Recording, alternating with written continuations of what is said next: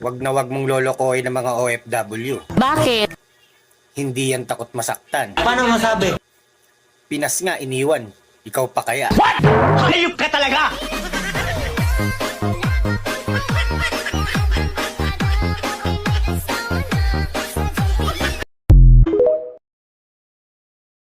Nakakasakal na! Ako pa? Ako pa yung di nakakaintindi? Ako pa yung masama? Ako pa yung mali? Oh, hindi ako na ulit! Kasalanan ko na ulit! Kasalanan ko nagisunod-sunuran ako sa'yo! Kasalanan ko nagpasakal ako sa'yo! Okay? Kung mahal mo ko, may intindihan mo ko. So pati pagmamahal ko kay questionin mo? Wow! Ang bihira! Mabuti pa tapusin na lang natin to! Sige, mag-break na lang tayo! Fine! Di wala tayo! O sige! Pero itong tatandaan mo,